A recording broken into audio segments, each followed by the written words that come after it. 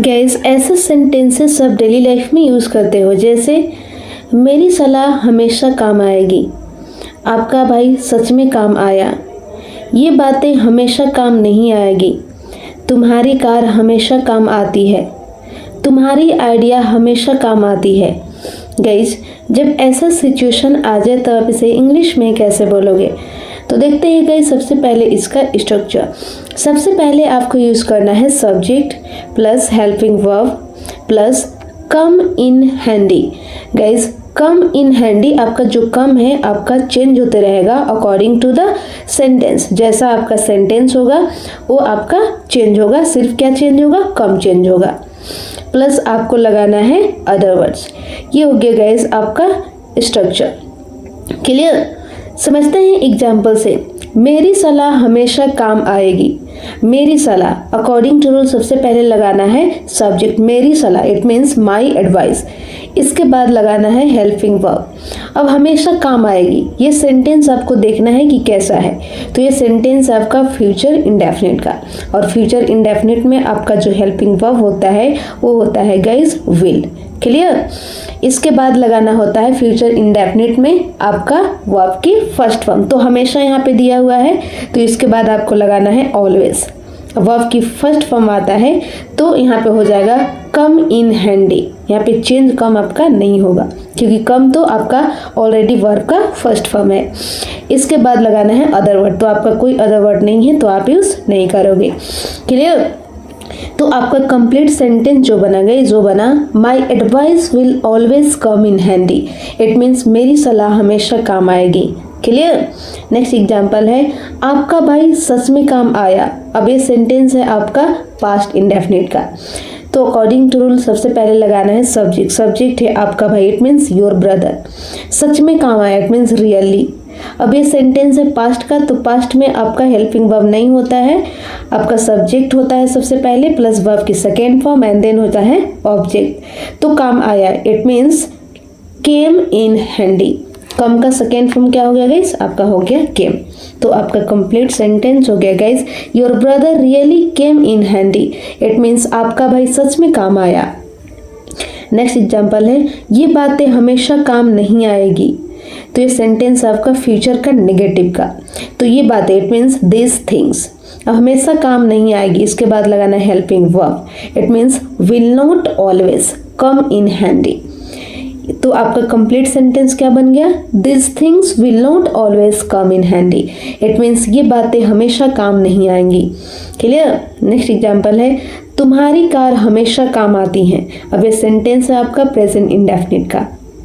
तो present indefinite का जो स्ट्रक्चर बनता है वो होता है सब्जेक्ट प्लस वर्ब की फर्स्ट फॉर्म या वर्ब की fifth form and then object. तो अकॉर्डिंग टू रूल सबसे पहले लगाना है सब्जेक्ट। सब्जेक्ट है तुम्हारी car, it means your car. इसके बाद लगाना है आपको हेल्पिंग वर्ब। तो प्रेजेंट इंडेफिनिट में गाइस आपका कोई हेल्पिंग वर्ब नहीं होता है, तो आपको यूज नहीं करने हैं। अब हमेशा, इट मीन्स ऑलवेज। अब तुम्हारी कार, कार यहाँ पे सिंगुलर है, तो सिंगुलर के साथ लगाना होता है वर्ब की फिफ्थ फॉर्म। तो कम का हो जाएगा कम्स इन हैंडी। तो आपका कंप्लीट सेंटेंस हो गया guys, your car always comes in handy, it means तुम्हारी कार हमेशा काम आती है। क्लियर? नेक्स्ट एग्जाम्पल है तुम्हारी आइडिया हमेशा काम आती है। इसका आंसर गाइस आपको कमेंट सेक्शन में बनानी है। गाइस ऐसे सेंटेंसेस भी आप डेली लाइफ में यूज करते हो, जैसे ये मेरी जिंदगी का सवाल है, ये मेरी नौकरी का सवाल है, ये मेरी सिस्टर का सवाल है, ये हमारे बच्चों का सवाल है, ये आपकी शादी का सवाल है। गाइस जब ऐसा सिचुएशन आ जाए तब आप इसे इंग्लिश में कैसे बोलोगे? तो देखते हैं गाइस सबसे पहले इसका स्ट्रक्चर। सबसे पहले आपको यूज करना है इट्स अ मैटर ऑफ, इसके बाद लगाना है अदर वर्ड्स। ये हो गया आपका स्ट्रक्चर। समझते हैं एग्जाम्पल से। ये मेरी जिंदगी का सवाल है, तो अकॉर्डिंग टू रूल गाइस सबसे पहले लगाना है इट्स अ मैटर ऑफ, इसके बाद लगाना है अदर वर्ड। अब किसका जिंदगी? मेरी जिंदगी, इट मीन्स माई लाइफ। तो आपका कंप्लीट सेंटेंस हो गया दोस्तों, it's a matter of my life, it means ये मेरी जिंदगी का सवाल है। ये मेरी नौकरी का सवाल है, तो इसका इंग्लिश बनेगा it's a matter of my job, it's a matter of my job, it means ये मेरी नौकरी का सवाल है। नेक्स्ट एग्जाम्पल है, ये मेरी सिस्टर का सवाल है, तो इसका इंग्लिश हो जाएगा it's a matter of my sister. It's a matter of my sister, it means ये मेरी सिस्टर का सवाल है। नेक्स्ट एग्जाम्पल है, ये हमारे बच्चों का सवाल है, तो इट्स मैटर ऑफ, अब हमारे बच्चे, it means our kids. It's a matter of our kids. It's a matter of our kids, it means ये हमारे बच्चों का सवाल है। नेक्स्ट एग्जाम्पल है, ये आपकी शादी का सवाल है। गाइज इसका आंसर आपको कमेंट सेक्शन में बनाना है। गाइज ऐसे सेंटेंसेस भी आप डेली लाइफ में यूज़ करते हो, जैसे मैं चाहता हूँ कि तुम मेरे साथ चलो, मैं चाहता हूँ कि तुम इंग्लिश सीखो, मैं चाहता हूँ कि तुम मेरे साथ डांस करो, मैं चाहता हूँ कि तुम मेरे लिए चाय बनाओ, मैं चाहती हूँ कि मैं तुमसे बात करूँ। गाइज जब ऐसा सिचुएशन आ जाए तो आप इसे इंग्लिश में कैसे बोलोगे? तो देखते हैं गाइस, सबसे पहले इसका स्ट्रक्चर। सबसे पहले आपको लगाना है subject plus helping verb. Helping verb आप तभी लगाओगे जब आपका सेंटेंस में होगा, जैसा आपका सेंटेंस होगा उसके अकॉर्डिंग आपको हेल्पिंग वर्ब का यूज़ करनी है। इसके बाद लगाना है वांट या wants according to the sentence, जैसा आपका सेंटेंस होगा। इसके बाद लगाना है गाइस ऑब्जेक्टिव केस। इसके बाद आपको यूज़ करना है टू प्लस वर्ब की first form and then object. ये हो गया आपका पूरा का पूरा एक स्ट्रक्चर। समझते हैं एग्जाम्पल से। मैं चाहता हूँ कि तुम मेरे साथ चलो, मैं चाहता हूँ कि। अब ये सेंटेंस आपका कैसा है? ये सेंटेंस है आपका प्रेजेंट इंडेफिनिट का। तो अकॉर्डिंग टू रूल गाइस सबसे पहले लगाना है सब्जेक्ट। सब्जेक्ट है आई। इसके बाद आपका रूल कहता है कि आप यूज़ करो हेल्पिंग वर्ब। तो गाइस प्रेजेंट इंडेफिनिट में आपका कोई हेल्पिंग वर्ब नहीं होता है, तो आप यूज़ नहीं करोगे।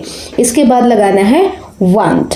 अब यहाँ पे वांट ही क्यों लगा, वांट्स क्यों नहीं लगा? क्योंकि दोस्तों आपका सब्जेक्ट है आई और आई के साथ में क्या लगता है? वांट लगता है।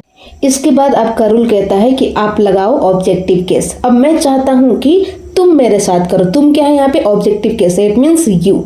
इसके बाद आपको यूज करना है टू प्लस वर्ब की फर्स्ट फॉर्म।